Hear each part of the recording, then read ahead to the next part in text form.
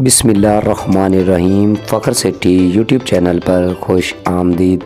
जी नाज़रीन, कैसे हैं आप? उम्मीद करते हैं आप अल्लाह ताला के फजल करम से ठीक होंगे। नाज़रीन, आज का जो हमारा टॉपिक होगा वो मौज़ादुल्लाह कुका पत्तन सौका पर कुछ देर के लिए 1122 वाले ट्रेनिंग के लिए आते हैं।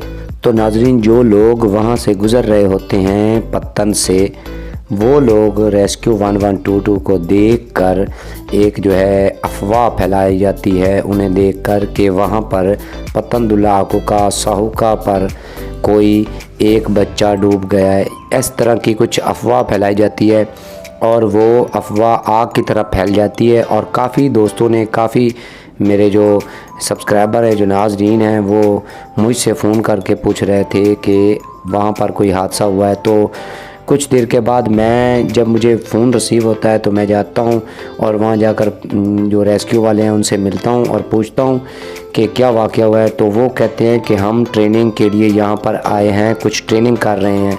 वो एक अफवाह थी, कोई ऐसी बात नहीं है, ना कोई ऐसा कोई वाक़या पेश आया है। अल्लाह ना करे कि कोई ऐसा वाक़या पेश आए।